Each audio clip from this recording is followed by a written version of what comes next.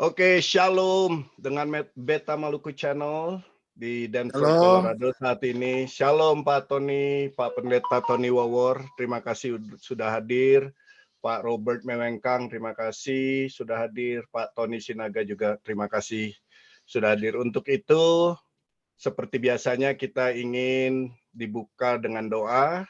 Saya minta kiranya Pak Pendeta Tony Wawor untuk membuka dalam doa. Oke, puji Tuhan. Saya sangat senang sekali sebenarnya mau ikut, tapi ada sesuatu dan hal. Jadi kali ini saya minta maaf untuk teman-teman belum bisa ikut, tetapi kita akan berdoa bersama supaya dialog percakapan malam hari ini ada sesuatu yang kita dapat, ada sesuatu berkat, mungkin ada sesuatu pemikiran yang akan kita sampaikan bagi masyarakat ya. Oke, mari kita berdoa. Bapa di dalam surga, di dalam nama Tuhan Yesus Kristus, pada malam hari ini Tuhan melihat kerinduan kami, anak-anak-Mu Tuhan, rindu berbicara tentang satu keadilan, hukum yang berlaku di negara kami. Kami rindu Tuhan, hukum berjalan dengan sebaiknya, hukum berjalan sesuai dengan undang-undang yang telah dibuat, kesepakatan para tokoh-tokoh Tuhan yang membuat peraturan-peraturan ini Tuhan. Kami terlalu banyak melihat bahwa hukum ini tidak berjalan sesuai dengan apa yang sudah tercantum dalam undang-undang ini Tuhan. Dan hamba berdoa biarlah percakapan malam hari ini teman-teman kami ini Tuhan, Pak Robert, Pak Tony Sinaga, Pak Jerry Tuhan, ada saran, ada ide, ada pendapat yang keluar lewat pemikiran yang Tuhan taruh dalam hati dan pikiran mereka, sehingga apa yang akan mereka lontarkan sebentar lewat channel YouTube dari Beta Maluku ini dapat diterima dan bermanfaat bagi para pendengar Tuhan. Terima kasih Bapak, hamba berdoa memberkati akan channel Beta Maluku dan pertemuan pada malam ini di dalam nama Tuhan Yesus Kristus. Amin.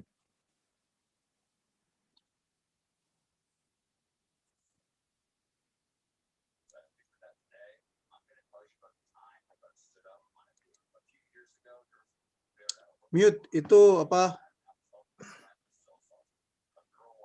Beta Maluku itu di mute. Terima kasih Bapak Tony ya sudah mendoakan. Oke, kalau begitu kita mau lanjut dulu ya. Iya, terima kasih Pak Tony. Selamat ya. Ya. Oke, Tuhan berkati semua. Iya. Tapi kalau ada waktu bisa masuk lagi. Ya, kita ya, sempat kita masuk. Ya. Kalau memang belum selesai kita masuk. Ya. Baik. Tuhan berkati. Tuhan berkati. Baik, Pak Robert, Pak Tony Sinaga, seperti yang sudah kita ingin selalu menghimbau dengan maksud tujuan yang baik ya, agar Indonesia terbebas dari kerangkeng atau cengkraman politik agama, sehingga kita bisa maju sebagai bangsa, masyarakatnya bisa sejahtera. Yang selalu kita ungkap di sini adalah bagaimana Indonesia bisa memisahkan agama dari negara. Negara bisa terpisah dari politik agama. Sehingga negara tidak perlu mencampuri urusan agama. Aturan undang-undang negara yang terkait agama harus dihapuskan. Biarkan agama menjadi ranah pribadi masyarakatnya dan menjadi dewasa di dalam menjalankan kehidupan sosialnya. Aturan undang-undang negara biarlah berlaku mengatur perilaku masyarakat untuk menghindari tindakan kriminal seperti korupsi, membunuh, mencuri, dan sebagainya. Tapi kalau menjadi terkait dengan agama, biarlah gereja atau masjid atau vihara yang mengatur umatnya, sehingga tidak perlu dibawa ke dalam ranah hukum negara saat terjadi perbincangan yang saling menyakitkan. Tapi bila ada tindakan perusakan, ada tindakan teror, disitulah negara turun tangan ambil bagian, bukan karena agamanya, tapi karena tindakan yang merugikan orang lain atau masyarakat luas. Nah, Indonesia sebagai negara dengan aturan-aturannya sudah terlalu jauh mencampuri kehidupan berbangsa dari sudut agama ya. Nah, Indonesia harus mencontoh Amerika, di mana agama dipisahkan dan disingkirkan dari peran pemerintah, sehingga memungkinkan pemerintah dapat fokus pada tubuh jasmani sementara agama berfokus pada jiwa sebagai pilihan pribadi. Tanpa pemisahan agama dari negara akan terjadi di mana satu saat pemerintah mendikte agama yang boleh dianut atau tidak boleh dianut oleh seseorang. Sehingga ketidakadilan itu muncul ya. Walhasil di saat ini pun kita bisa merasakan muncul ketidakadilan terkait kasus agama. Negara nampak berkesan kental berpihak.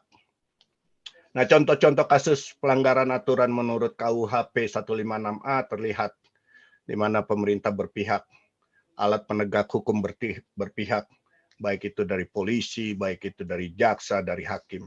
Ya, kita bisa dipertontonkan oleh kasus MKC, ya, bandingkan MKC dengan Yahya Waloni. Yahya Waloni dituntut 7 bulan, tapi 5 bulan sudah bebas.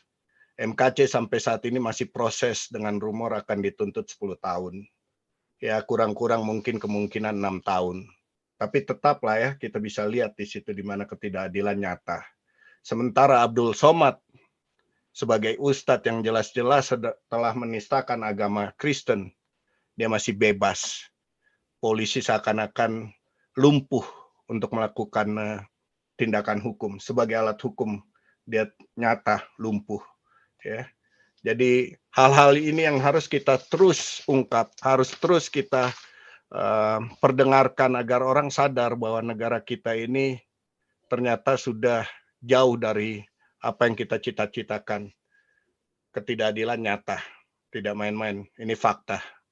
Mungkin begitu pembukaan dari saya, dan di sini ada Pak Robert Mewengkang yang juga teman setia saya semenjak saya membuka Beta Maluku Channel ini. Dengan sangat berterima kasih, saya akan mendengar juga pandangan dari beliau, dan selanjutnya juga kawan sahabat saya sebagai tokoh di Colorado ini, masyarakat Colorado, Pak Tony Sinaga juga akan melanjutkannya. Terima kasih, silakan Pak Robert, boleh di-unmute ya. Ya, terima kasih Bung Beta ya.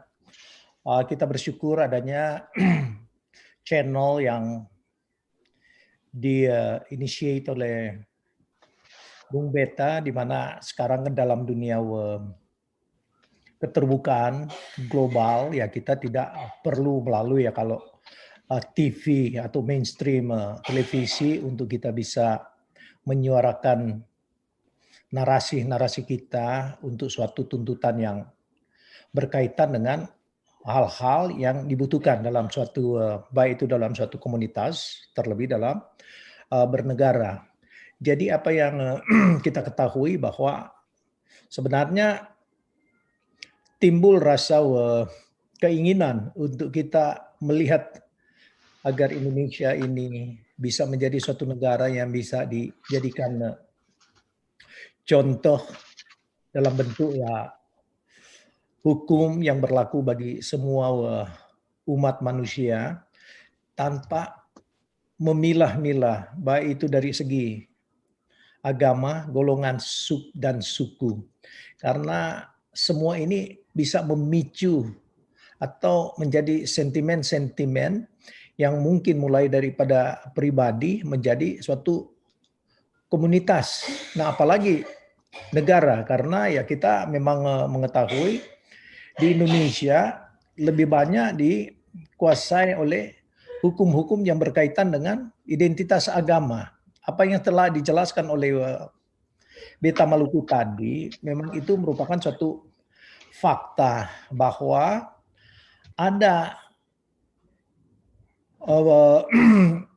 kejelasan yang kita lihat bahwa perbandingan-perbandingan hukum di Indonesia sangat-sangat tidak adil, karena yang terkena dengan pasal 156 bagian A-nya dan juga dalam bagian B-nya selengkapnya dari 156 itu semua terkait dengan orang-orang yang mereka sebut minoritas. Jadi kita di sini sebagai masyarakat baik yang berada di Indonesia juga di luar negeri, kita tidak buta melihat ini adalah suatu penyelewengan hukum. Oleh sebab itu dibutuhkan untuk kita suarakan. Dan kepada siapa kita suarakan ini? Ya tentunya kepada pemerintah, supaya pemerintah juga bisa mengambil suatu penilaian bahwa kalau negara kita, negara demokrasi yang menghormati Pancasila, dasar-dasar negara kita, ya harus berlaku adil. Jangan karena agama ini kan ya semua kita tahu bahwa ini adalah bagian pribadi dari seseorang. Jadi apa yang mereka pilih itu bagian daripada kehidupan berdemokrasi. Kalaupun mereka memilih tidak mau beragama karena banyak agama juga yang menyesatkan, ya itu juga dihormati.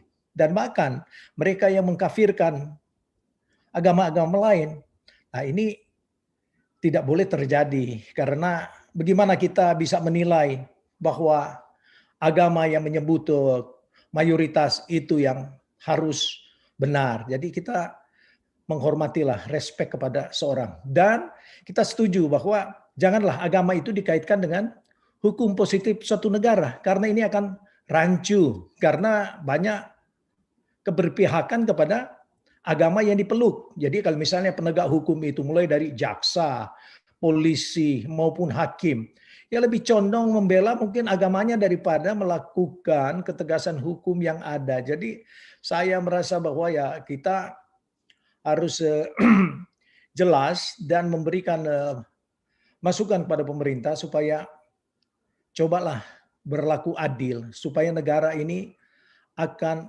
menjadi suatu negara yang menghormati pemimpinnya dan juga menghormati sesama anak bangsa. Jadi jangan justru kita diadu domba sehingga banyak orang yang merasa bahwa ya kalau hukum positif suatu negara yang berdemokrasi tidak dapat diberlakukan oleh pemerintah, maka orang akan memikir kenapa mesti harus melalui pemerintah kalau tidak adil. Bisa juga dari tiap-tiap suku ada di Indonesia itu masing-masing mempunyai hukum adat.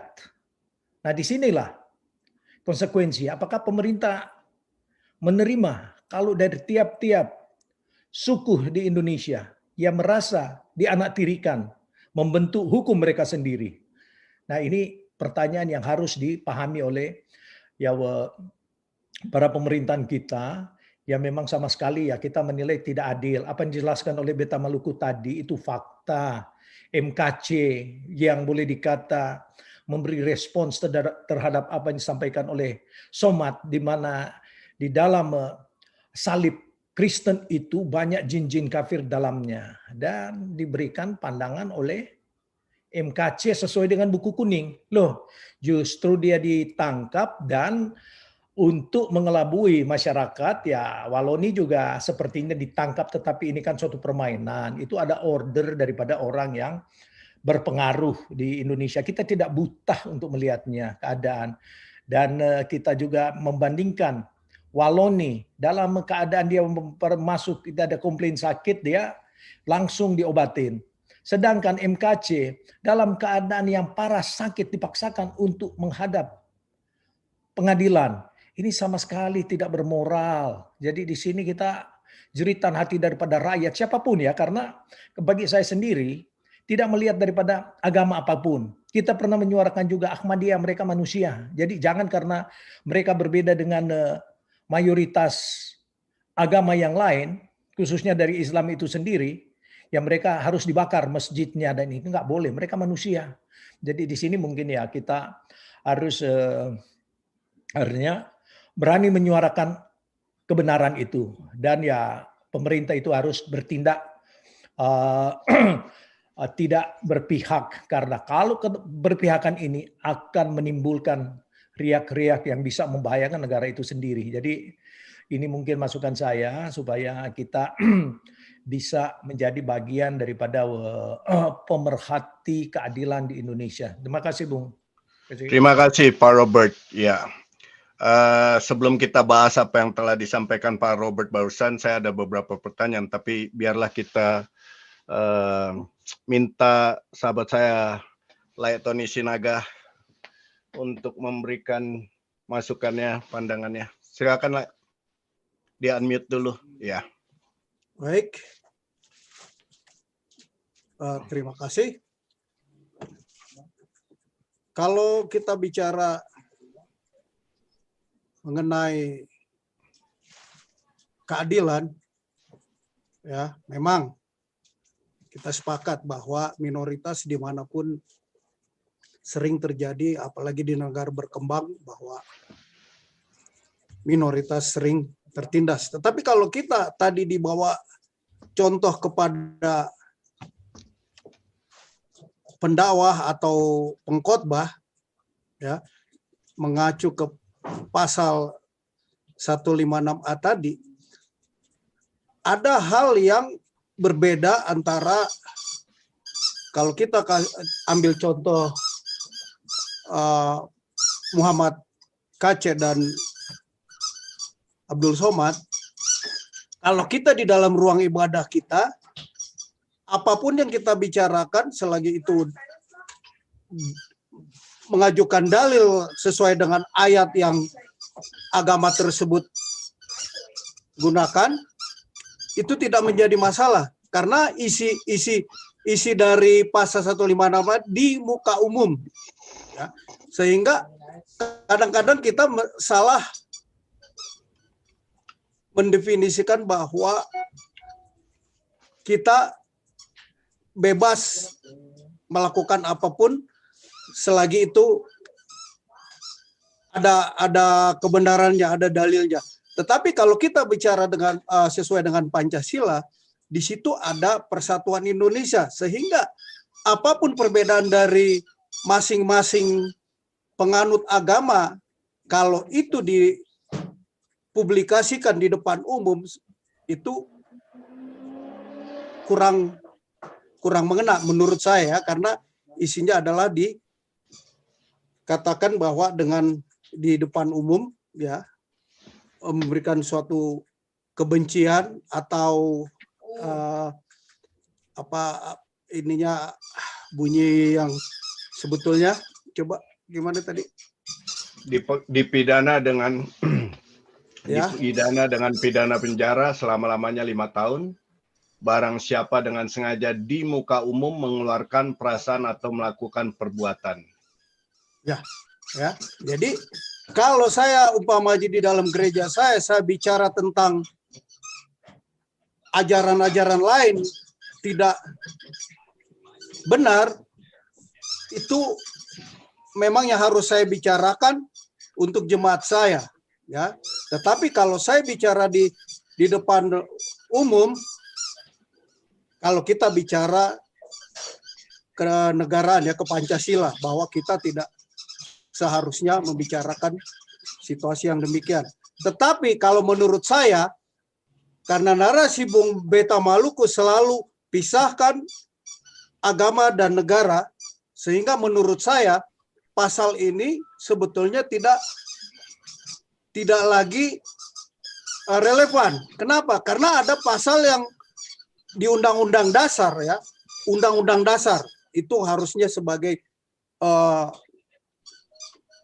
bahan dari hukum-hukum yang lain, bahwa ada kebebasan berpendapat dan berserikat. Jadi seperti di negara ini, di Amerika, kita bebas berpendapat atau melakukan apapun, ya, selagi tidak mengancam, ya, berpendapat. Jadi menurut saya pasal ini dan pasal ITE menurut saya tidak ada relevansinya dengan situasi sekarang, di mana saat sekarang kita berbicara di sini seluruh dunia bisa mengakses, ya. Tetapi kalau kita mengacu ke Undang-Undang Dasar 45 bahwa kita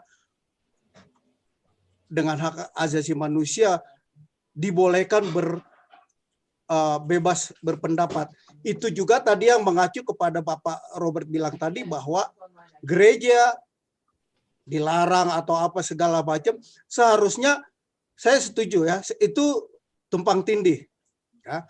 Kalau agama itu sebetulnya ya sudah Departemen Agama yang mengurus, tidak ada SKB-SKB-an seharusnya kalau mau bicara keadilan, ya. Kemudian hal yang lain lagi yang menurut saya perlu dihapuskan adalah bahwa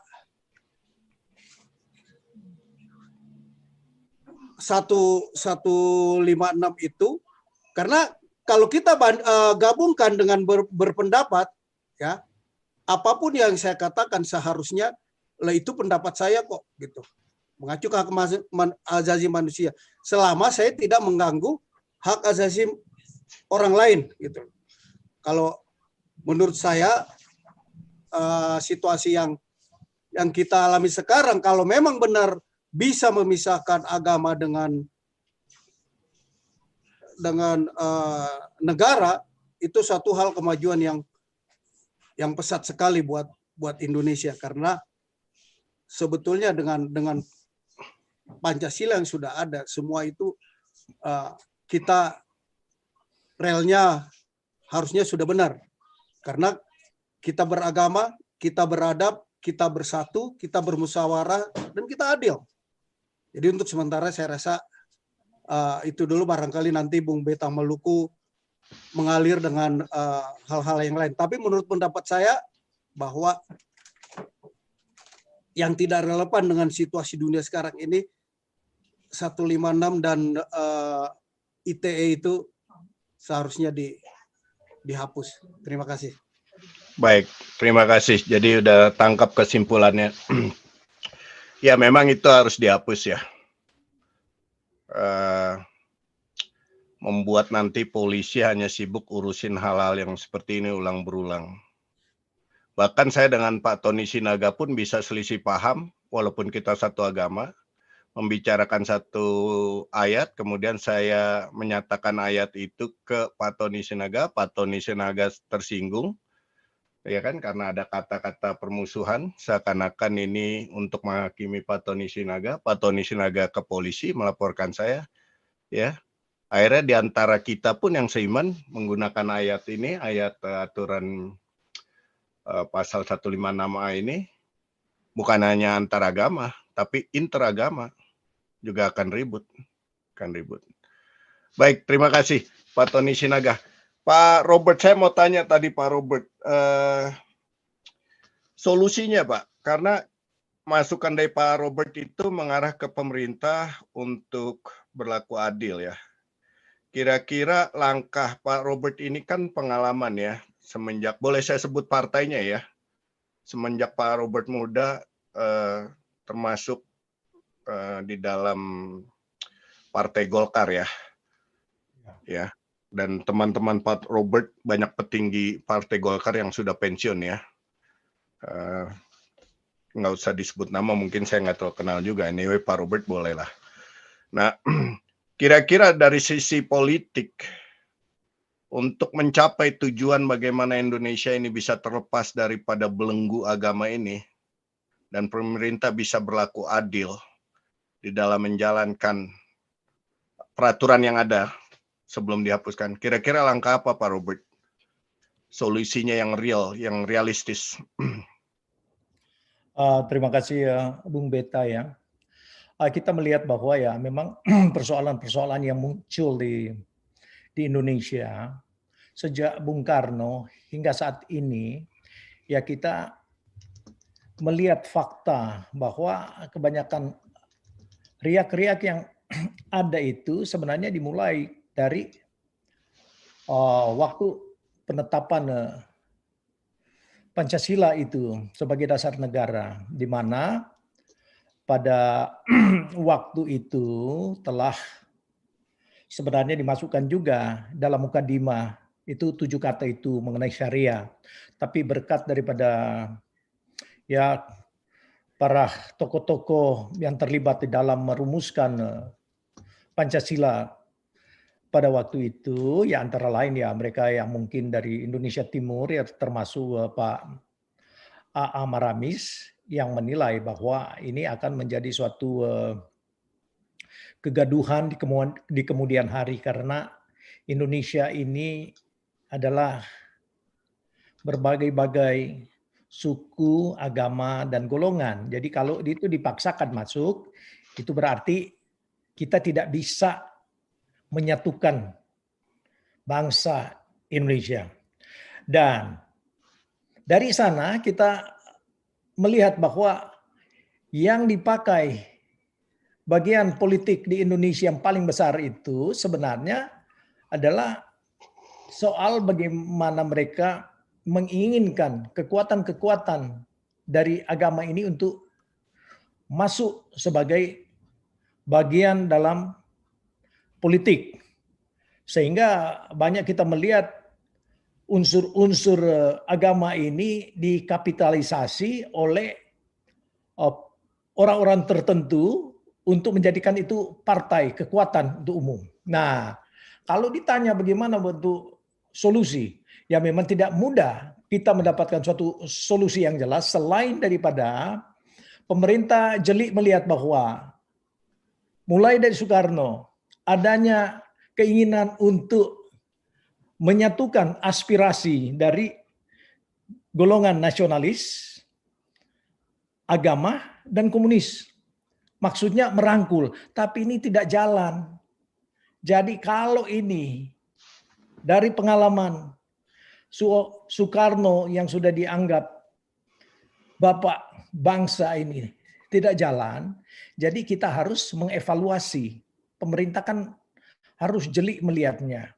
Demikian kembali kepada zamannya Soeharto, di mana ya lebih banyak dipaksakan dengan ide-ide dwi-fungsi ABRI, dan di mana Golkar kekuatan satu-satunya pada waktu itu. Sebenarnya pada zaman itu ya Golkar lah paling kuat, tapi nyatanya juga tidak jalan karena banyak dirongrong juga oleh kekuatan-kekuatan lain yang merujuk kepada kekuatan agama. Cuman bedanya zamannya Soeharto, mereka yang dianggap intoleran tidak bisa bergerak. Memang secara otoriter dia singkirkan dari Indonesia. Jadi banyak mereka yang menyingkir ke Malaysia. Ya kita tahu ya Abu Bakar Bashir, juga Muhammad Sungkar dan lain-lain, mereka tidak beroperasi di Indonesia di zamannya Soeharto.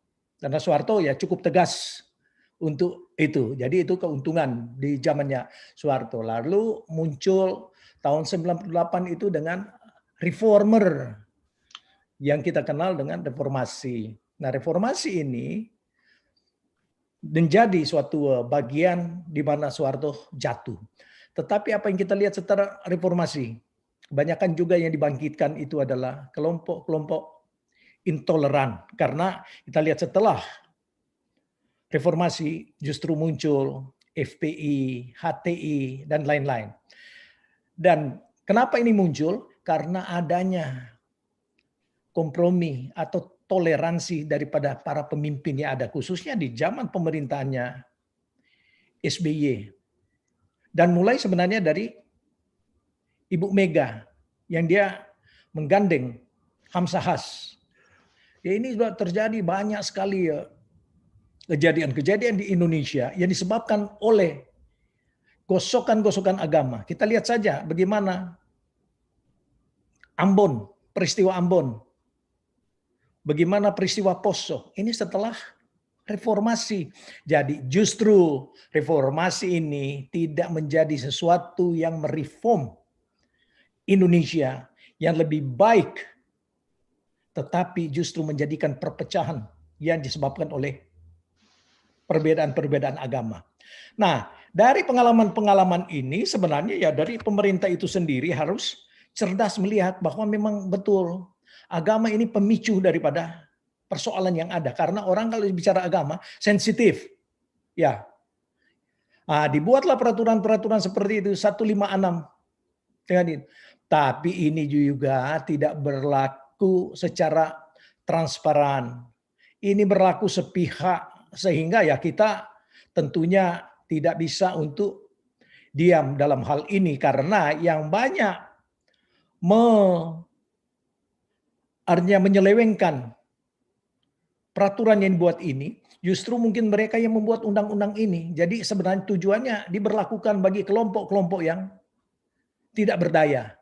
Jadi dari sini kita harus melihat ya. Solusinya ya di mana pemerintah harus dicerdaskan, di mana kalau terus agama ini dipakai sebagai suatu kekuatan, ya sekarang kan kita tahu kekuatan politik di Indonesia kebanyakan mengacu kepada politik identitas agama. Kita lihat saja bagaimana PKS yang semuanya peraturan-peraturan produk hukum mereka ya kebanyakan ya misalnya ya melegalkan misalnya yang diatur itu ya poligami, terus mengalir kepada tingkatan yang sebenarnya hanya sebagai swadaya masyarakat MUI. Yang diatur-atur itu mengenai halal dan tidak halal. Sebenarnya ini enggak dan bukan ranah mereka juga. Kalau itu memang harus ada, mungkin yang masih bisa diterima dengan logika masyarakat yang mungkin melalui Kementerian Agama. Tapi sebenarnya Kementerian Agama juga enggak perlu, sehingga enggak bisa dibentuk-bentuk lah. Kan agama nggak bisa diatur secara peraturan di mana harus demikian. Sehingga apa yang terjadi? Ya, ujung-ujungnya juga cari uang. Karena MUI itu sebagai money machine atau sumber uang untuk berapa banyak triliun yang mereka dapatkan cuman karena untuk menghalalkan sesuatu yang mereka inginkan digolkan. Tidak sedikit itu. Dan siapa yang pernah mengaudit MUI? Sampai saat ini tidak ada. Bahkan salah satu daripada sekjen dari Menteri Agama dulu itu pernah menyatakan bahwa ya memang tidak ada yang bisa mengaudit MUI. Kenapa tidak bisa? Ya karena ada kekuatan di dalam yang bermain kong kali kong. Kita lihat aja bagaimana zamannya SBY Yusuf Kala juga. Bagaimana kedekatan mereka sehingga MUI justru dibantu untuk mendapatkan dana di samping mereka mendapatkan izin-izin sertifikat halal. Bagaimana? Sampai sekarang kan, kenapa Pak Jokowi tidak bisa? Jokowi tidak bisa juga untuk berlaku tegas. Sebenarnya itu nggak perlu masa sampai panci, juga refrigerator, makanan kucing. Di mana kita bisa mengukur itu halal dan tidak halal? Ini kan dibuat-buat supaya apa? Ada uang masuk. Ada uang masuk. Jadi mungkin di sinilah solusinya ya ketegasan pemerintah untuk melihat hukum yang benar berlaku dan apa yang perlu dan tidak perlu di Indonesia. Dan ketidakadilan ini yang banyak menjadi suatu sorotan dari masyarakat luas. Jadi mungkin itu Bung Beta ya pandangan saya. Iya. Ya, betul Pak Robert. Ya, ini fakta semua ya yang kita lampirkan sini kita bicarakan. Kasusnya tidak akan berhenti di situ. Besok adakan kasus-kasus baru terus. Ya. Nah, masyarakat ini harus sadar ya, sadar. Melakukan perubahan. Nah, kalau terkait dengan aturan KUHP 156A itu ya hanya kewenangannya di DPR. Ya, mereka yang memproduksi aturan hukum, tapi kita juga bisa bersuara lewat eksekutif, sehingga eksekutif bisa lobby-lobby ke DPR.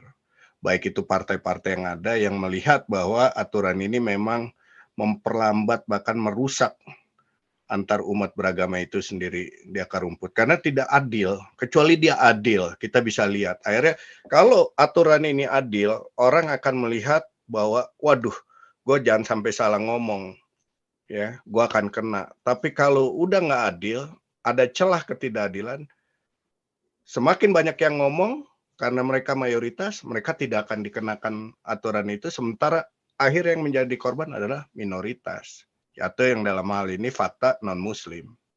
Ya, bagaimana si Abdul Somad sampai saat ini tidak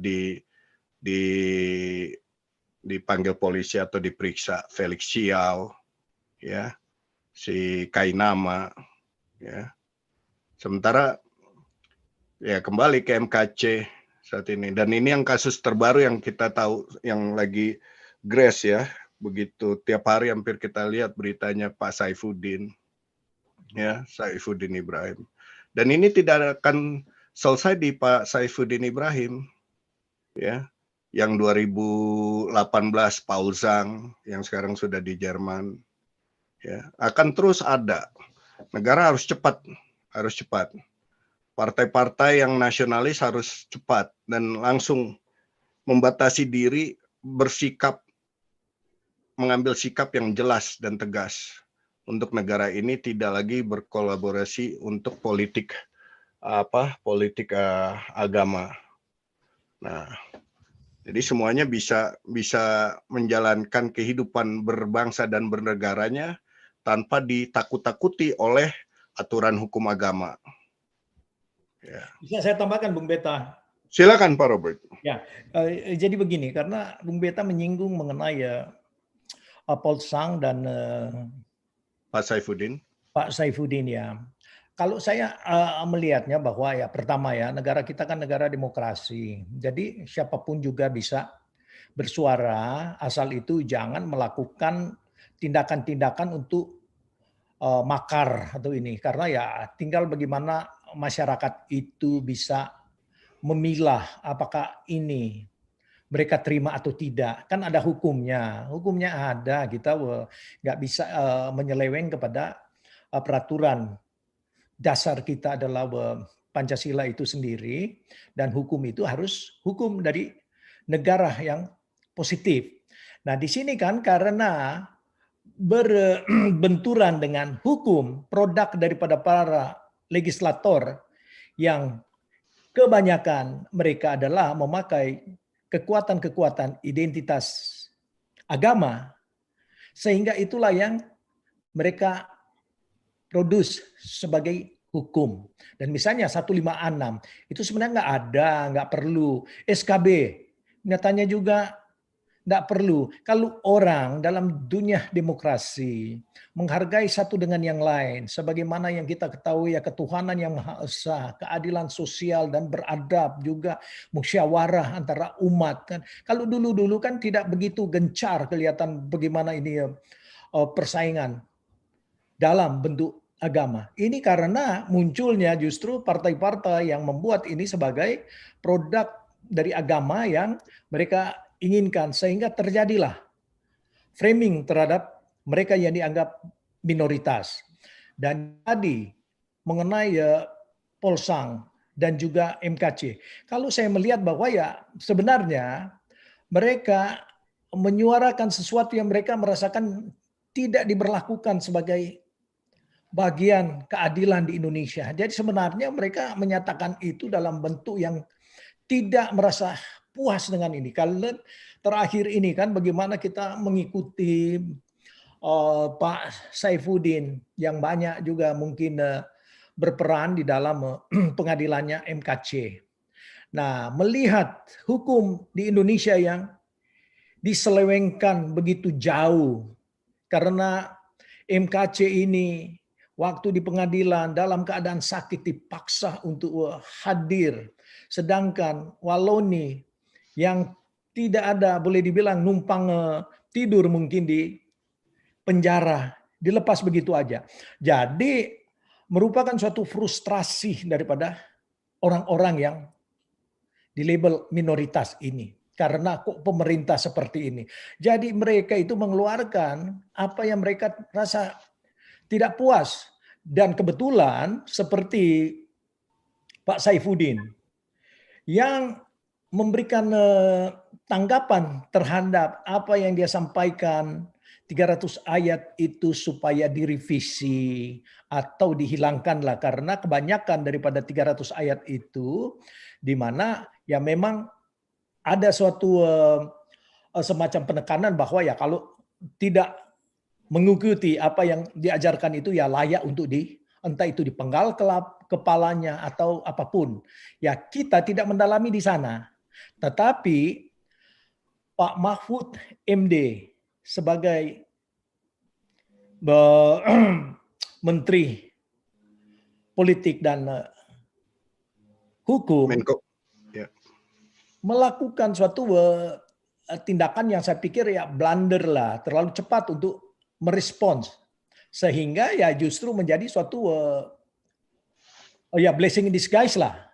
Karena kalau itu memang betul ajaran yang perlu diperhatikan, kenapa tidak ya dibuka saja kepada masyarakat. Masyarakat juga tidak akan memberontak kalau itu memang ini ya perlu dipertanyakan. Tapi jangan langsung mengambil suatu tindakan untuk menyatakan bahwa ya Pak Saifuddin ditutup akunnya. Itu kan berarti itu tidak ada kebebasan daripada seseorang untuk melakukan apa yang menjadi bagian daripada suatu negara demokrasi. Dan kedua, ya langsung mengorder mungkin untuk mencari menangkap. Loh bagaimana kan orang juga tidak buta dong melihat kok si Somad justru dibilang tidak perlu diusut. Kan ini aneh lah. Anak kecil juga tidak mungkin ini. Jadi justru menunjukkan bahwa Pak Mahfud ini justru kelihatan juga akhirnya belangnya kan. Kalau sudah bicara soal agama yang dulu-dulu dia sepertinya moderat, banyak juga yang saya ikutin ya bagus juga sebenarnya. Tapi dalam kenyataan kalau sudah bicara soal agama, jadi sudah menjadi picik dan cetek apapun. Ya. Jadi ya kita juga harus berani menyampaikan kenapa Pak Mahfud seperti itu. Kenapa Pak Mahfud tidak pernah menyinggung mengenai teroris yang ditangkap mereka adalah pemuka-pemuka di MUI. Di mana Pak Mahfud dalam hal seperti ini? Kok Pak Saifuddin yang peluapan pribadi, frustrasi, ya dia ingin bersuara lah. Justru makin ditanggapi merupakan suatu semacam free advertisement untuk si Pak Ibrahim kalau saya melihatnya. Ya karena orang juga akhirnya kan bisa menilai di sini ya. Yang bicara ini adalah Pak Mahfud. Kemudian Menko Polhukam. Ya, orang akan wah luar biasa ini. Jadi orang ingin tahu justru seperti saya ingin tahu apa sih yang 300 ayat itu. Kan kita enggak boleh juga langsung ya ada orang lain kita enggak setuju langsung. Apalagi saya kalau sebagai pemerintah yang seharusnya mengayomi rakyat, tunjukkan bahwa kita tidak berpihak. Nah, di mana Pak Mahfud mengenai Somad, mengenai Felix Xiao, mengenai MUI yang ditangkap nyata-nyata teroris. Dan di mana standpoint daripada Pak Mahfud untuk menyatakan bahwa apa yang disampaikan oleh Anwar Abbas mengenai ya yang perlu dibubarkan itu adalah Densus 88. Dan di mana ini kan Densus 88 adalah memang tim khusus dari Polri untuk mengamankan Indonesia dari ancaman teroris. Dan kita harus tahu, Pak Mahfud tahu bahwa teroris ini adalah extraordinary crime di dalam penilaian PBB. Jadi di sini justru kita makin terbuka untuk melihatnya. Kalau bagi saya Pak Mahfud itu, kalau memang ini sifatnya kita ingin untuk mencerdaskan masyarakat, mengayomi masyarakat, tantang si Pak ini, Saifuddin, coba tunjukkan. Nah, baru kita belajar bersama. Kalau itu menyatakan ketidakbenaran di dalamnya, ya kita juga jangan berpihak lah. Karena Pak Saifuddin itu sebagai ini. Tidak, kita semuanya ini ya. Jadi ini saya melihat adalah luapan hati daripada orang yang merasa tertekan, tidak bisa menyuarakan dengan keadilan. Karena saya tahu dari awal Pak Saifuddin ini ikut serta di dalam sebenarnya bagaimana hubungannya untuk menyatakan kebenaran. Dan dia pernah mengalami dia di penjara juga diperlakukan yang tidak adil itu cuma gara-gara apa yang dia mungkin tidak disetujui oleh kelompok mayoritas. Jadi mungkin di sanalah kita semua belajar daripada apa yang terjadi dan menjadi suatu evaluasi juga bagi pemerintah. Jadi jangan seenaknya karena ya pejabat menteri, mereka semua adalah pejabat itu harus dipahami. Pejabat mulai dari presiden sampai kepada RT atau RW, mereka adalah public servant ya. Pelayan masyarakat. Jadi jangan merasa penguasa. Itu beda di dalam sifat-sifat kerajaan dan sifat otoriter dari anarkis itu. Jadi di sini kita harus memisahkan itu paradigma bahwa ya pemerintah itu bukan suatu pengusaha, suatu perusahaan yang bisa saya pecat seenaknya orang yang tidak sependapat dengan apa yang tujuan saya untuk mendapatkan hasil atau profit perusahaan. Beda. Kita harus melihat secara umum bagaimana rakyat ini yang dipersoalkan kok kehilangan pekerjaan, mereka yang tidak berdaya karena tidak ada kesanggupan untuk menyuarakan. Di sanalah gunanya pemerintah. Dan jangan berpihak karena pengaruh daripada MUI misalnya.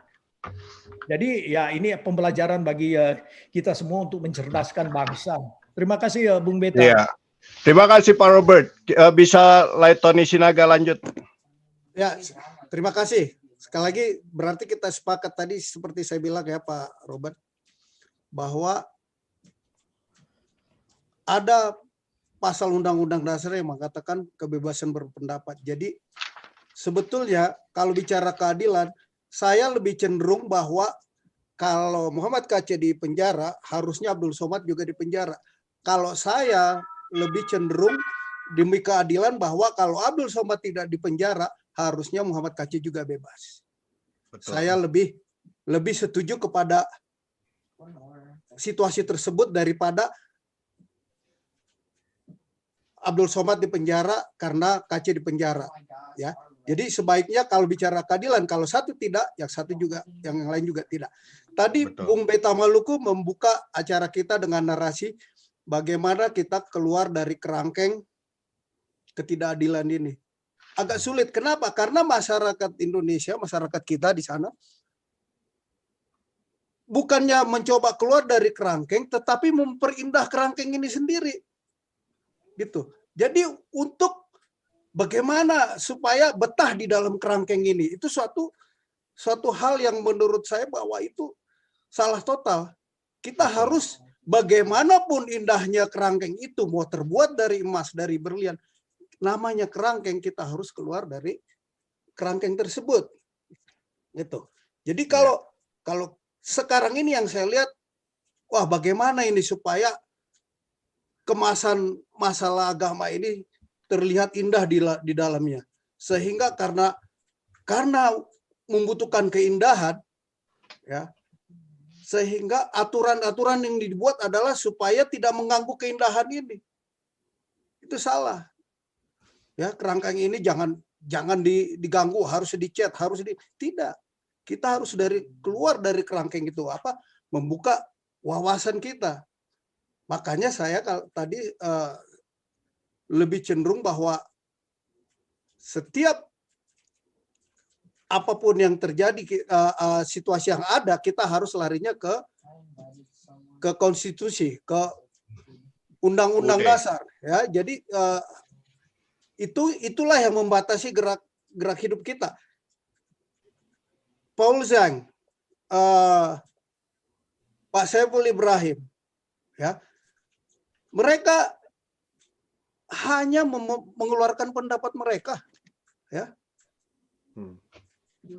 Kenapa dilarang berpendapat? Ya kan? Kalau tidak disetujui ya jangan. Silakan bebas berpendapat. Kebetulan aja umpamanya saya bilang, aduh, Bapak Jokowi itu salah programnya. Kenapa itu tidak ditangkap? Kan karena apa? Saya berpendapat. Pak Jokowi kan bilang, paling sebatas sok tahu lo kayak lo ngerti aja, kan begitu. Kenapa? Karena yang saya sampaikan adalah pendapat, bukan saya bilang goblok banget sih ini jadi presiden sehingga perlu dibunuh. Nah, itu yang perlu dicari tahu itu orang kenapa bisa sampai ngomong saking bodohnya saya bunuh. Itu yang tidak boleh. Tetapi selagi saya hanya bisa mengatakan kok begitu sih, kenapa tidak begini? Itu pendapat kalau menurut saya. Tetapi kalau saya sudah mengatakan bahwa seseorang harus dibunuh, itulah yang tidak boleh. Itu ancaman. Kemudian juga tadi Pak Robert bilang, selagi bahasanya, kata-katanya tidak makar, ya, menurut saya itu adalah suatu pendapat. Nah sekarang, betul kita harus menyuarakan ketidakadilan ini. Ya, ketidakadilan. Bagaimana kita menyuarakan ketidakadilan ini? Bagaimana mencoba bangsa kita ini keluar dari kerangkeng ini, dari sangkar emas ini, gitu. Itu yang perlu kita suarakan. Dengan cara apa kita membawa masyarakat Indonesia ini keluar dari sangkar emas yang bebas, ya, yang keluar dari keterkungkungan, ya. Kita ada di dalam sangkar emas, tapi kan seperti kata dalam tempurung. Ya, yang kita lihat itu lagi, tetapi ya SKB tidak perlu, ya, kalau kita bicara keadilan. Karena kita adalah yang harusnya kita dipelihara oleh negara, ya. Kita bebas punya hak yang sama. Punya hak yang sama, ya. Ya. Jadi itu yang paling hakiki menurut saya adalah bahwa tidak ada lagi pasal yang mengatakan melarang orang untuk berpendapat, ya. Ya. Karena sah-sah aja menurut saya kalau apapun pendapatnya, tetapi jangan makar, jangan mengancam. Ya. Itu kalau Betul itu. ya, kalau menurut saya kalau kita sudah lepas dari itu, ya, kita akan damai di Indonesia.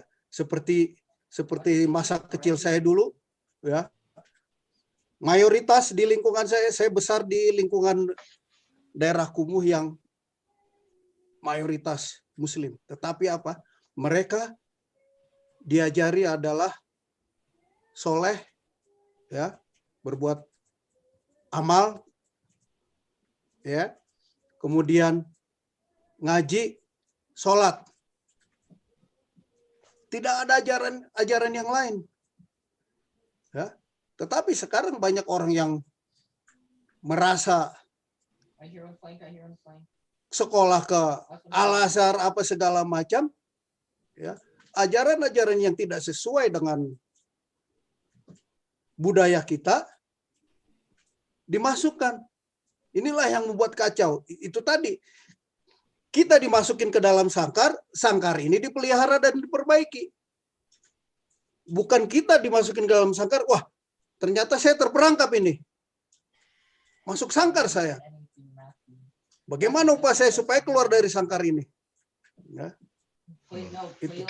Kenapa? Karena coba masa budaya kita sekarang ini boleh dibilang udah di dalam kungkungan, di dalam sangkar, di dalam kerangkeng tadi istilah Bung Beta pakai. Ya. Berapa banyak sekarang acara yang kaum wanitanya mengenakan kebaya? Tidak terlalu banyak lagi. Ya, paling acara sebentar lagi nih, 21 April atau Hari Ibu. Hari Kartini dan Hari Ibu memakai kebaya. Hari-hari biasa, padahal dulu kita lihat apa? Dari mulai tukang jamu, waktu mereka menjajakan jamu gendongnya pakai kebaya. Ya. Sampai kaum ibu yang menghadiri acara di istana, kaum ibu pakai kebaya. Di mana budaya itu sekarang? Jadi itulah bagaimana kita keluar. Kemudian keadilan yang menurut saya adalah kalau satu tidak ditangkap, yang satu harus tidak ditangkap. Ya. Gitu. Artinya aturan KUHP itu harus dihapus. Ibaratnya tidak efektif. Betul. Ya kan? Kalau toh berlaku juga tidak adil juga kan? Ya, ya kan? Makanya lebih baik mengacu ke Undang-Undang Dasar. Ya. Bahwa ada suatu kebebasan berpendapat, kebebasan memberikan pendapat di muka umum. Ya. Gitu. Selama tidak mengancam dan selama tindakannya tidak menyakiti orang lain atau masyarakat. Ya, tidak mengganggu hak asasi orang lain. Ya. Gitu. Kita menggunakan hak asasi kita. Gitu. Bukan pendengaran yang terganggu, itu nggak ada urusan. Betul. Tapi kalau fisik, ya. Nah itu baru ditindak. Iya. Jadi itu kalau menurut saya. Jadi kalau ancaman jelas, ya. Siapapun harus dilaporkan kalau mengancam, ya. Gitu ya, atau makar. Gitu.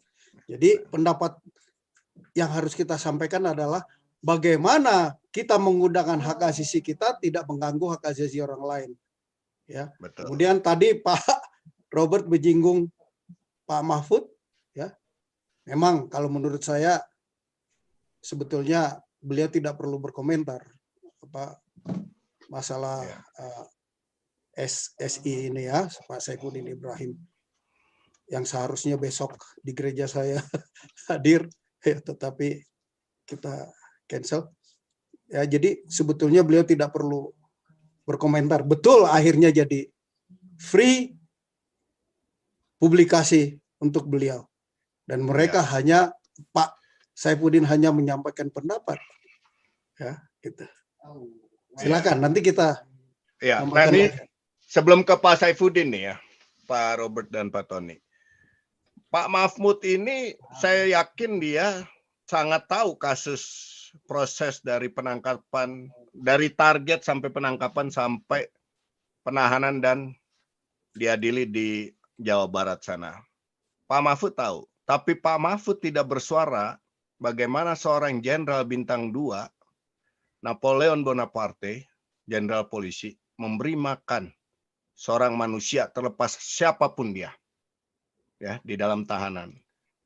Itu baru benar kalau Pak Mahfud diangkat bicara sebagai Menko Polhukam dan mengutuk perbuatan dari si jenderal polisi bintang 2 Napoleon Bonaparte.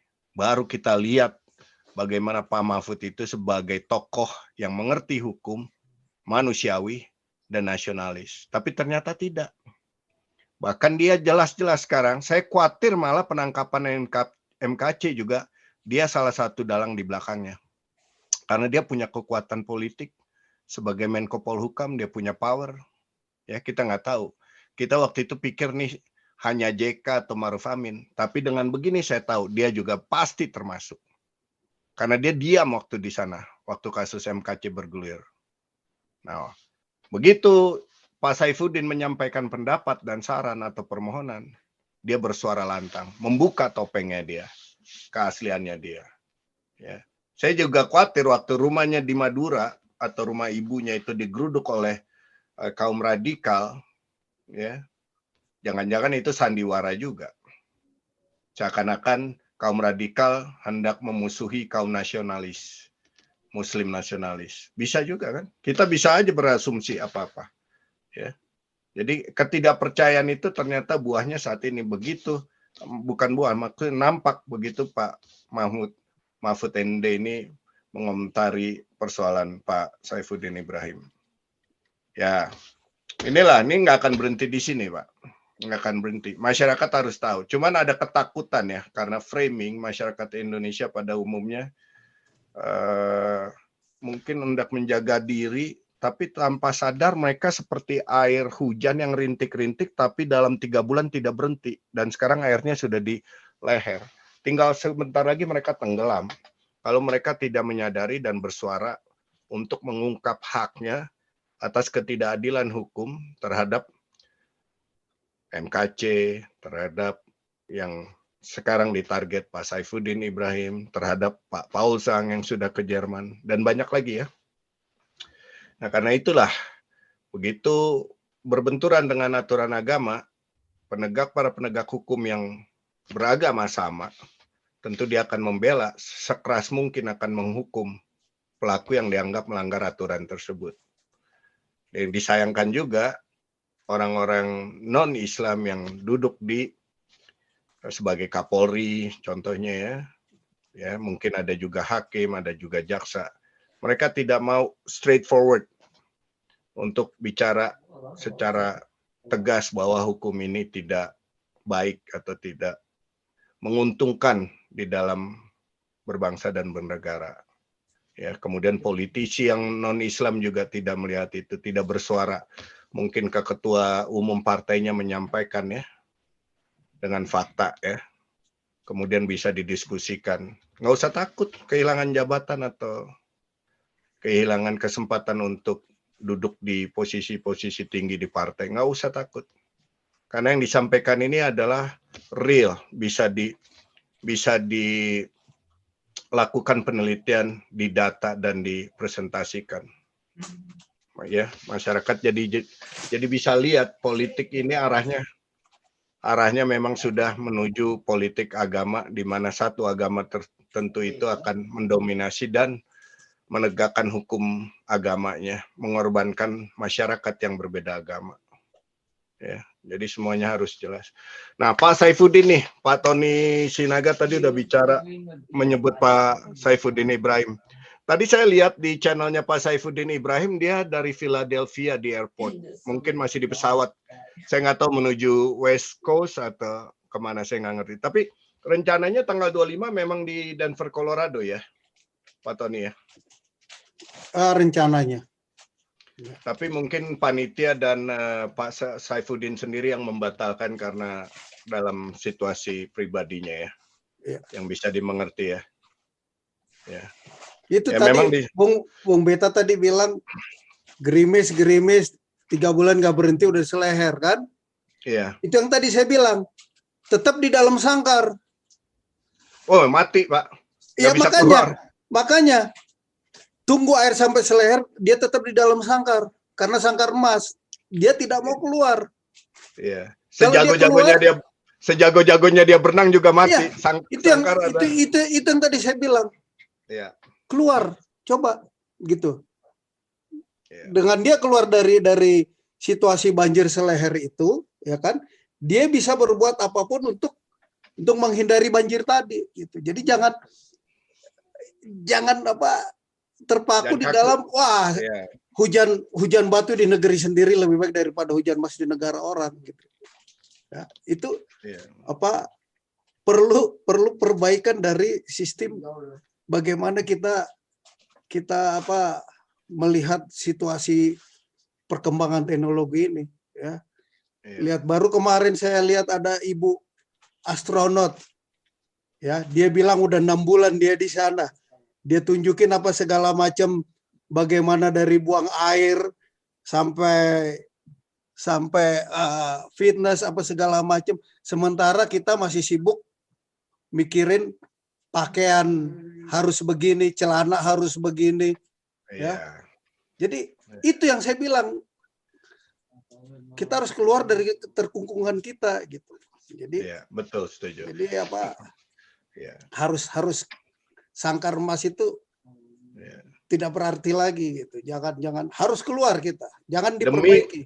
Demi Indonesia yang sejahtera, maju, modern. Ya. Ya. Saya Harus yakin berani, Bang, semua orang Indonesia yang ada di luar negeri pasti mereka cinta Indonesia. Ya. Ya. Tapi masalahnya wawasannya mau nggak seperti yang kita Itu omongkan? dia. Sama Ya. Apakah mereka masih hidup dengan cara turun-temurun nenek moyang kita dari ratusan tahun lalu? Apakah mengikuti perkembangan gitu loh. Perkembangan. Ya. Ya. Itu apakah kita hanya nonton sinetron atau nonton channel-channel yang bermutu? Ya. Discovery Channel. Bukan cuma Travel itu, banyak Channel. seperti channel-channel YouTube begini ya. Oh ya. Kalau mereka mau belajar agama banyak dari Kristen umpamanya dari channel-channel Christian Prince. teologi banyak, ya kan? Christian Prince. Mau yang dari Islam banyak channel-channel di YouTube tentang agama Islam gitu kan. Tetapi ya cenderungan nonton sinetron sehingga gampang dihasut gitu kan. Jadi wawasan tidak terbuka. Itu tadi saya kasihnya untuk orang udah 6 bulan tinggal di space. Luar angkasa. Ya. Di luar angkasa dia bilang, "Wah, ini kita sedikit di atas Afrika sekarang ini," katanya. Coba. Nah, kita masih sibuk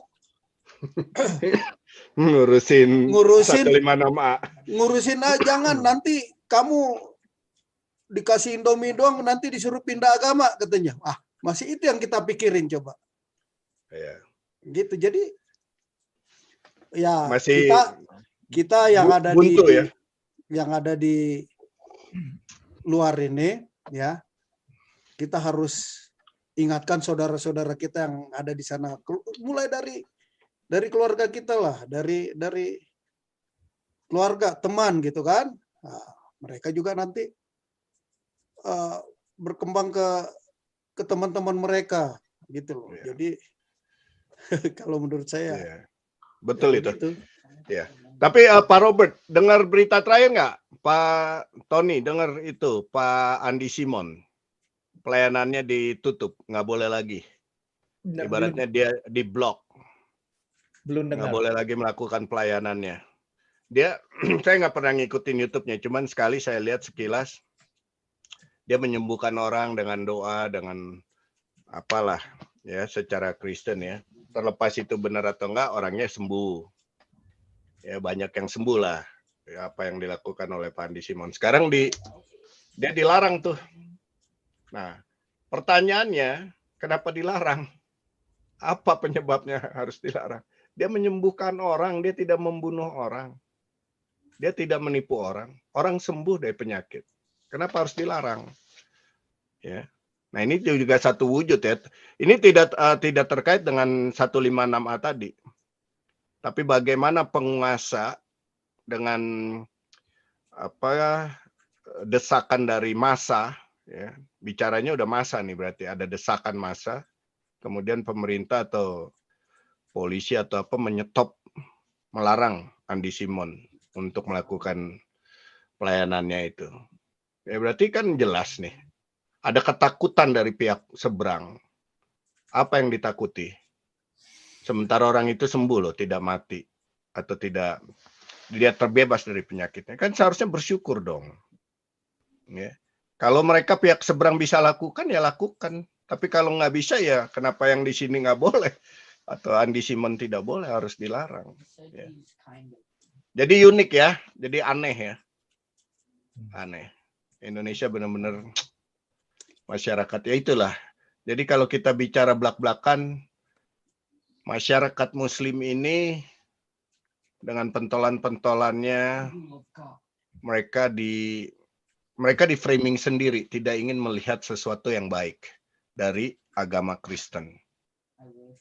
Ya, terlepas mereka di rumah ibadah mereka mengutuki Kristen, menjelekkan Kristen, ya seperti yang dilakukan Abdul Somad, Kainama dengan fitnah-fitnahnya bahwa Tuhan Yesus itu, Alkitab itu bukan ucapan Tuhan Yesus. Ya. Banyak kan kalau kita ikutin mereka fitnah-fitnahnya. Tapi mereka senang dengan masyarakat Muslim senang dengan mendengar seperti kebusukan-kebusukan yang diucapkan tentang Kristen yang diucapkan oleh ustadz-ustadz mereka. Ya, jadi kebencian yang disampaikan oleh ustadz-ustadz mereka terkait agama Kristen di dalam khotbah-khotbah mereka itulah yang mereka senang dengar, kebencian itu. Tapi pasti saya yakin ada satu titik di mana nanti mereka akan sadar, mereka akan melihat nggak seperti itu loh, nggak seperti yang dikatakan si Kainama, tidak seperti yang dikatakan Abdul Somad. Dan pada saat itu kalau memang Tuhan berkenan, roh Tuhan hadir kepada mereka, mereka akan melihat terang.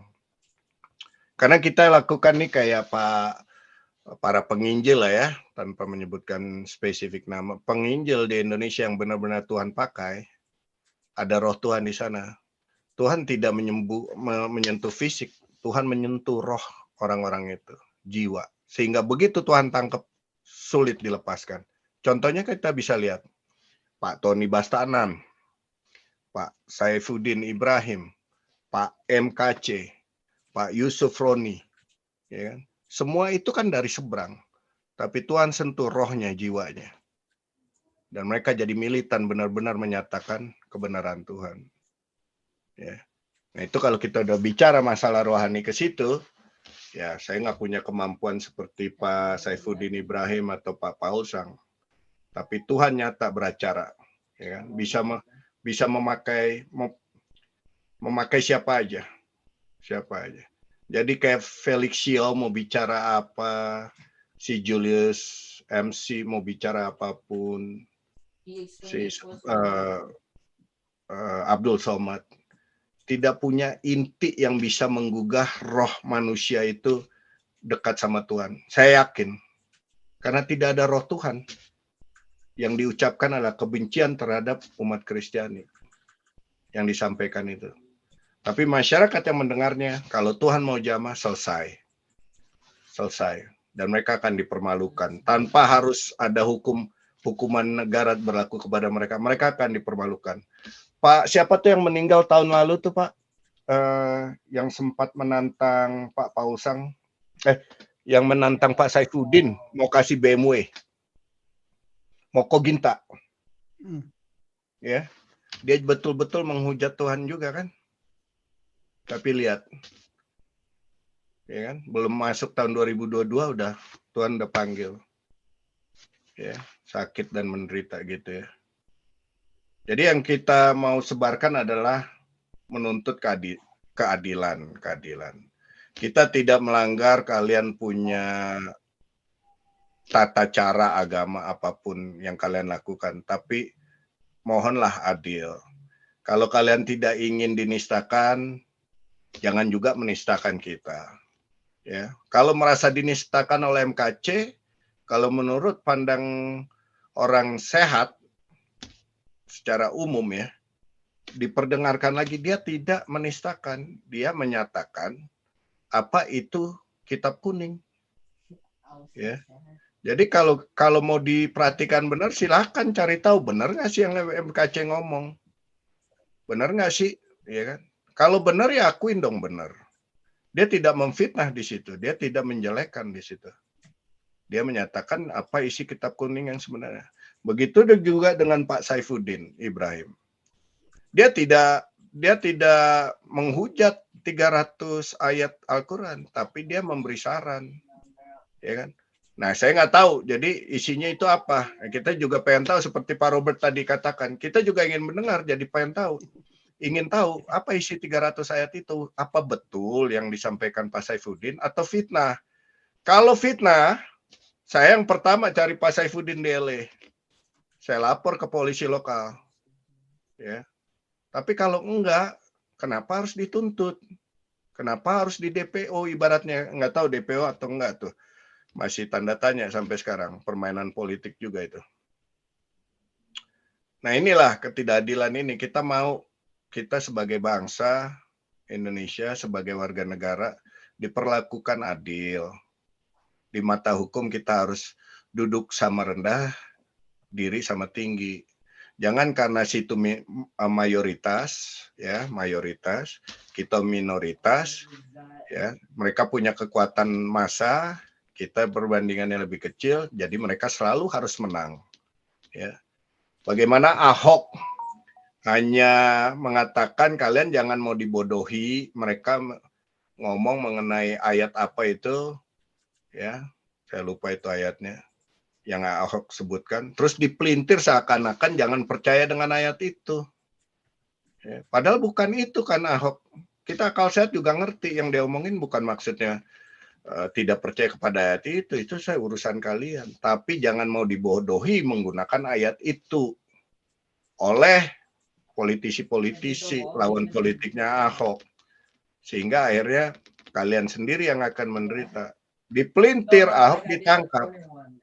Ya. Tapi Ahok betul-betul jiwa besar. Dia itulah seorang pemimpin yang cinta kepada masyarakat, kepada rakyatnya. Itu yang harusnya yang masyarakat Indonesia mencari karakter pemimpin seperti Ahok. Bagaimana dia jiwa besar menjalani. Apa susahnya Jokowi? Dia telepon jaksa sebagai pembela negara. Nggak usah dihukum. Karena itu fitnah. Ya. Coba dipelajari, bikin tim untuk memperhatikan apa yang diucapkan Ahok. Ya. Nggak susah untuk Jokowi. Tapi Jokowi sendiri bermain politik untuk kekuasaannya. Dia gandeng malah orang yang memasukkan Ahok ke dalam penjara. Yaitu siapa? Maruf Amin. Jadi ini udah politik yang busuk mengorbankan Ahok. Ya. Dan Ahok bisa keluar, untung dia dipercayakan lagi untuk sebagai komisaris Pertamina. Tahun pertama berapa triliun dia save dari hasil Pertamina masuk ke dalam kas negara. Ya, begitu. Nah selama ini itu si manajer 1 miliar itu yang sebelum Ahok tuh komisarisnya tuh yang orang ujung pandang, mana tuh duit-duitnya? Katanya manajer 1 miliar zaman Soeharto begitu cerdas, pintar, lulusan Amerika. Ternyata dia tidak menghasilkan seperti yang apa Ahok hasilkan. Bisa menyelamatkan uang negara dari Pertamina masuk ke dalam kas negara. Hebat kan? Nggak perlu, Ahok belum pernah kuliah di luar negeri tuh. Kalau nggak salah dia nggak sampai keluar, cuman di Trisakti aja. Tapi ya begitu, kalau dia betul-betul ikut Tuhan. Dia menerima Tuhan waktu dia kuliah kan, kesaksiannya. Tapi dia komit, baik perkataan dan perbuatannya.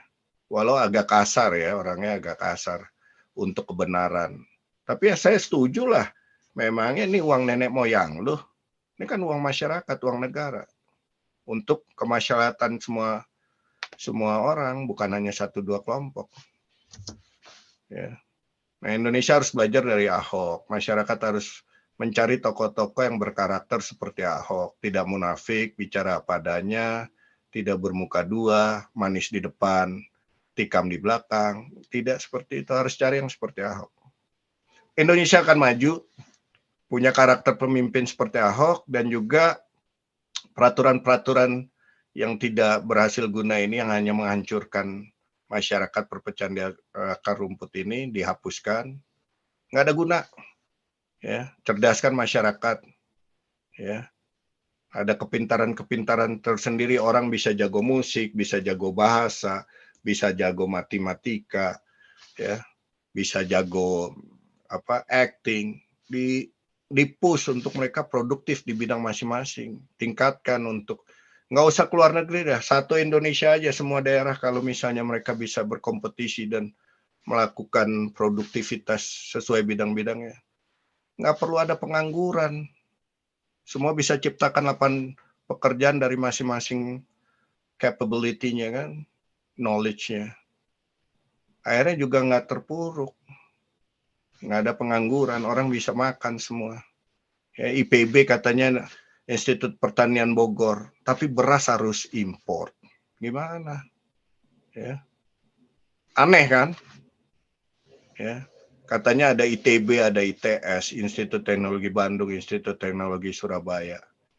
Tapi jalan infrastruktur di tata kota mungkin Surabaya masih lebih bagus daripada Jakarta karena wali kota si Risma. Tapi Jakarta hancur kan? Dan mereka kok nggak bersuara kalau melihat sesuatu infrastruktur yang tidak sesuai dengan ilmu pengetahuannya. Kan mereka bisa bersuara. Ya. Ada komunitas misalnya alumnus ITB. Bersuara dong. Jangan ketemu hanya untuk beribadah. Ya kan? Beribadah itu udahlah urusan pribadi, tapi ada hal yang real yang nggak betul, nggak harus dilawan, harus didobrak, lakukan. Infrastruktur Jakarta bisa banjir kayak gitu dibikin oleh si Anies. Mana tuh ahli-ahli insinyur, ahli-ahli insinyur pembangunan tuh, arsitek ya. Masa lihat Anies bangun jalan lubang serapan air di tengah jalan gitu. Kalian kok nggak bersuara? Kan kalian ngerti ada apa gitu. Semua harus bersuara kalau ada yang nggak benar. Mungkin gitu ya Pak Robert, Pak Tony. Puas juga kita ngomong nih. Udah sejam lebih. Ya baik, Bung Beta ya, kita bersyukur adanya channel juga dari Bung Beta yang kita bisa suarakan bersama, dan saya harap juga kawan-kawan yang bisa mendengarkan ini untuk subscribe, karena melalui channel Bung Beta juga kita bisa menyampaikan aspirasi untuk kebaikan Indonesia, karena yang kita suarakan di sini bukan untuk menuntut sesuatu yang bukan menjadi hak kita, tetapi semuanya ini sebenarnya terkait dengan ketidakadilan di Indonesia. Tadi disinggung masalah apakah Mahfud MD terlibat di dalam penangkapan MKC. Jadi ini sebenarnya ya Bung Beta itu bukan suatu asumsi, tetapi daripada jabatan yang dipegang oleh Pak Mahfud MD itu, dari soal yang terkecil sekalipun, apalagi yang berkaitan dengan kasus MKC yang sudah menjadi sorotan dunia, pasti itu ada pengetahuan yang jelas. Tidak mungkin demikian juga dengan Pak Jokowi. Oleh sebab itu yang kita bingung kenapa Pak Mahfud tidak pernah menyuarakan kebenaran itu sendiri, supaya kita meyakini bahwa ya benarlah Pak orang yang cukup dipercaya oleh masyarakat kita Indonesia untuk ingin, tidak usahlah mendekati mungkin dengan cara Pak Gus Dur ya, yang memang betul-betul seorang negarawan yang nasionalis. Tapi paling tidak kan saya tahu Pak Mahfud ini ada kedekatan dengan Pak Gus Dur dulu, paling tidak yang mencontohi bagaimana cara beliau yang untuk menyatakan kebersamaan itu tanpa memilah-milah agama. Bahkan dia pernah ke Manado, didoakan oleh para pendeta, itu dia terima sebagai bagian daripada ya keyakinannya. Nah sekarang kalau kita bicara masalah hukum ini terus terang ya memang diselewengkan, sehingga reaksi daripada para ya YouTuber ya khususnya juga seperti Pak Saifuddin ya merasa bahwa ya bagaimana caranya untuk bisa mengaspirasikan ini ketidakadilan. Jadi kebetulan direspon oleh Pak Mahfud yang saya yakin sekali ya tahu persoalan bagaimana penangkapan dengan MKC ya tidak bisa kita dibodohi masalah itu, karena ya dengan posisi dan jabatan Pak Mahfud itu ya Menteri Politik dan Hukum dan berkaitan juga dengan hak asasi manusia. Jadi disinilah sebenarnya suara-suara kita untuk mohon supaya para petinggi pemerintahan di Indonesia untuk memperlakukan keadilan. Kalau bicara soal 300 ayat ini, ya dibuka sajalah. Bagaimana dengan Alkitab, terjemahan bahasa Minang yang justru mereka tutup semuanya, berapa ribu ayat atau bahkan juta ayat di dalam Alkitab itu. Jadi sudah nyata-nyata bahwa di Indonesia ini memang atur oleh mereka yang merasa ada kekuatan. Sedangkan mereka lupa. Mereka terpilih karena adanya rakyat. Rakyat itu mempunyai suatu tingkat yang lebih tinggi sebagai penentu sebenarnya. Jadi bukan pemerintah yang merasa berkuasa atau seenaknya apa yang mereka lakukan. Coba Pak Mahfud pertanyakan dengan kelompok orang-orang Minang yang menerima Yesus sebagai Tuhan dan Juru Selamat mereka, ingin membaca buku ajaran Tuhan Yesus dalam bahasa mereka. Apa salahnya? Kok justru bukan hanya di 300 ayat, semua di-ban, tidak bisa diberlakukan dan ditutup.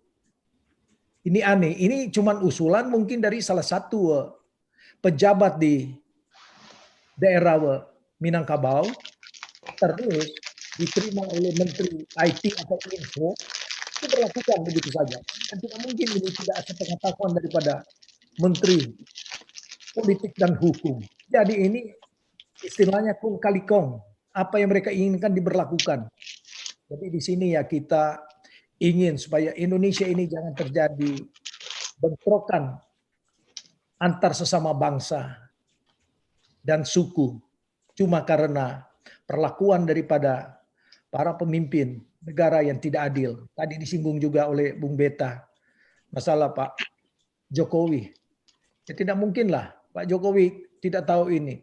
Salah seorang peternak ayam di Jawa Tengah pada waktu itu yang memberikan protes mengenai harga bahan makanan ayam naik, dia turun tangan gara-gara dia sebenarnya disingkirkan oleh para asprinya pada waktu itu. Dia pertanyakan dan justru dia undang ke istana. Jadi di mana sebenarnya perlakuan hukum yang benar? Kalau peternak ayam saja diperhatikan, apalagi masalah hukum yang menyangkut loh. Nama baik Indonesia dihina di luar negeri dengan memperlakukan hukum yang bengkok terhadap mereka yang tidak mereka inginkan. Jadi kembali lagi bahwa ya kita tuntutannya cuma satu. Mohon supaya hukum diberlakukan secara adil dan justru jangan cepat bereaksi kepada mereka yang dianggap tidak sepaham dengan ajaran mayoritas. Justru ini memberikan ya free advertisement bagi Pak Saifuddin Ibrahim dan mungkin juga untuk Pak Polsang dan lain-lain. Jadi sebenarnya kalau seorang menteri ini ya bijak sesuai dengan profesinya dan juga dengan titelnya profesor, mungkin berdiam diri akan lebih dianggap wise, sebagaimana itu dalam keyakinan kita bahwa ya silent is gold, dalam arti kata yang tidak perlu kita suarakan, janganlah kita bersuara, tapi ada waktunya kita untuk bersuara untuk kebaikan bangsa dan negara. Inilah mungkin closing statement dari saya, Pak Bung Beta. Terima kasih, mantap sekali Pak Robert, kental dan cukup sangat berbobot. Itulah harus didengar, semua harus berani berpikir dan mengungkapkan ya dengan fakta ya, itu harus. Kita minta Pak Tony Sinaga untuk memberikan kata penutup juga dan sekaligus untuk menutup dalam doa.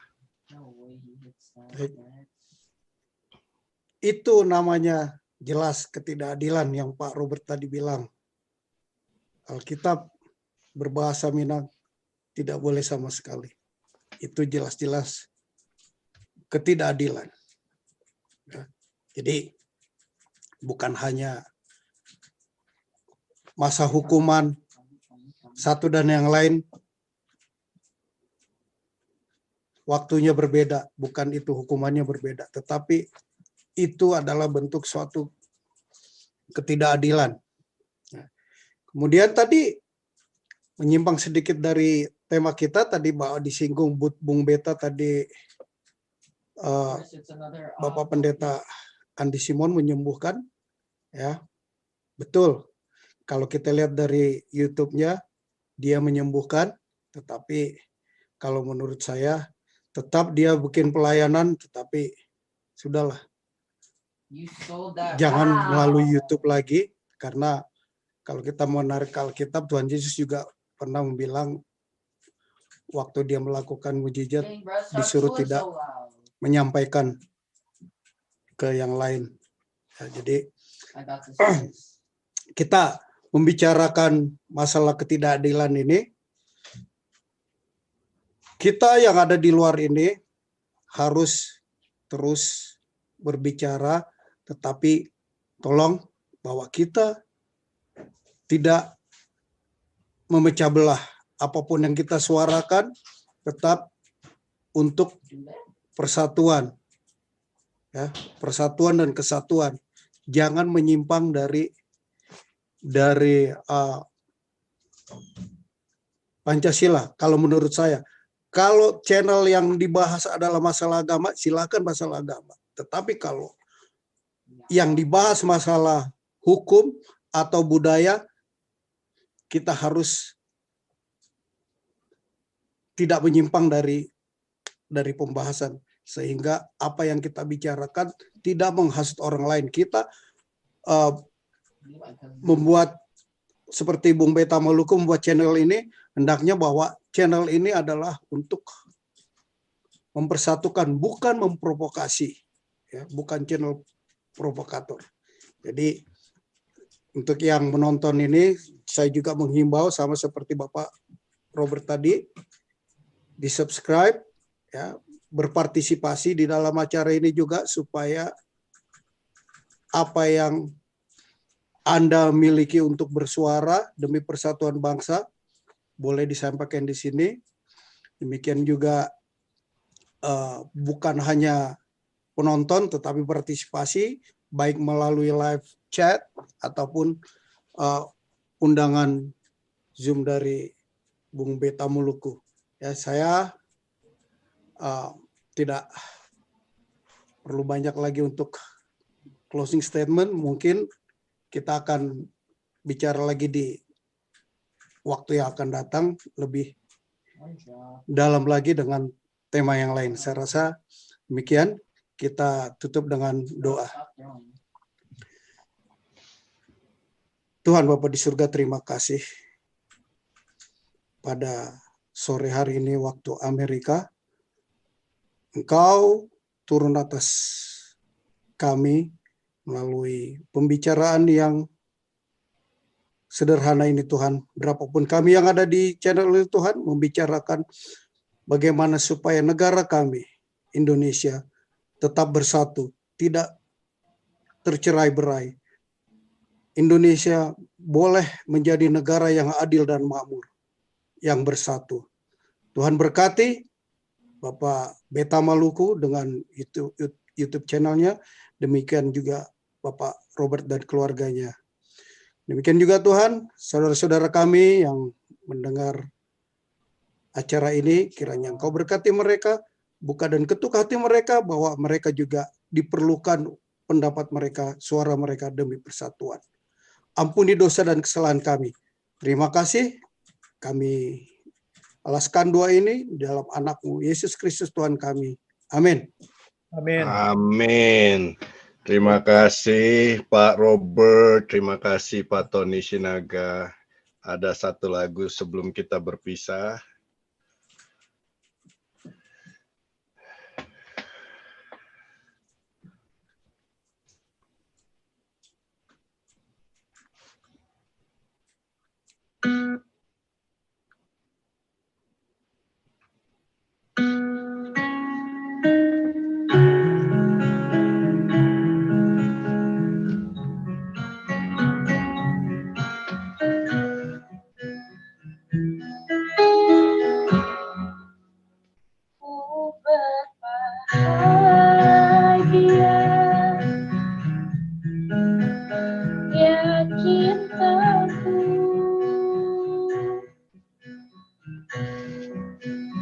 Yesus abadi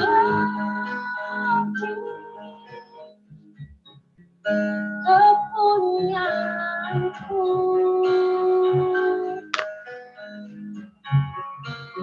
aku warisnya,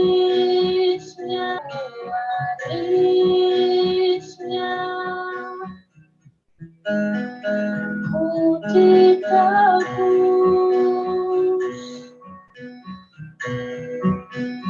ciptaan baru, Roh Kudus.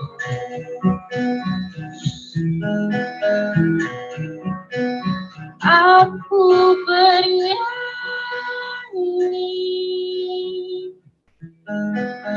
bahagia,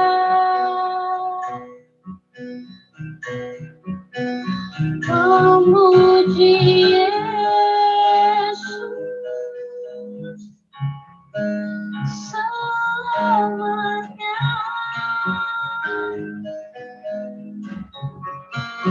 Aku bernyanyi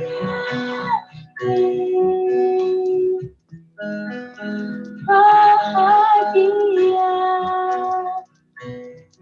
memuji Yesus selamanya.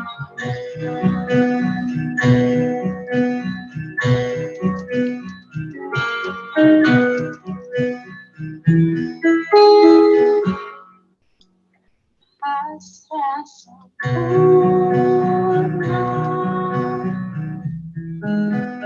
nikmat penuh,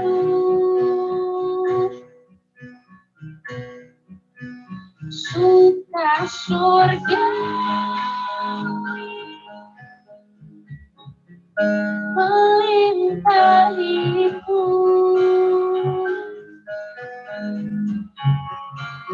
takut malaikat amat merdu, kasih dan rahmat besertaku.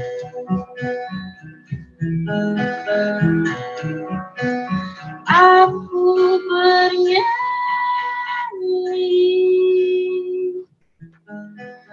bahagia,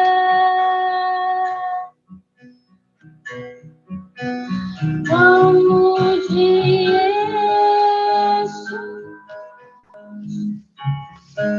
selamanya.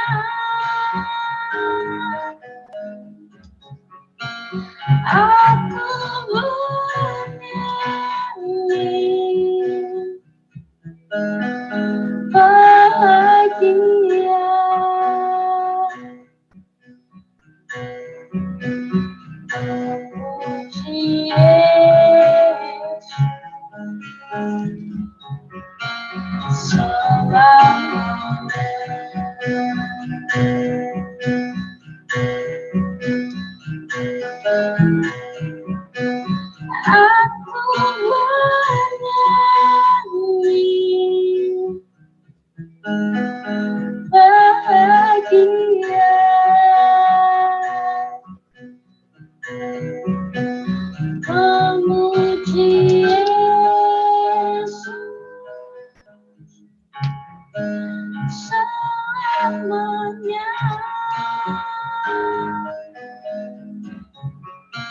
aku menyanyi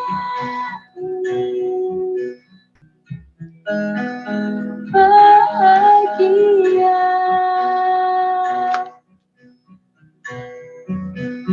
Memuji Yesus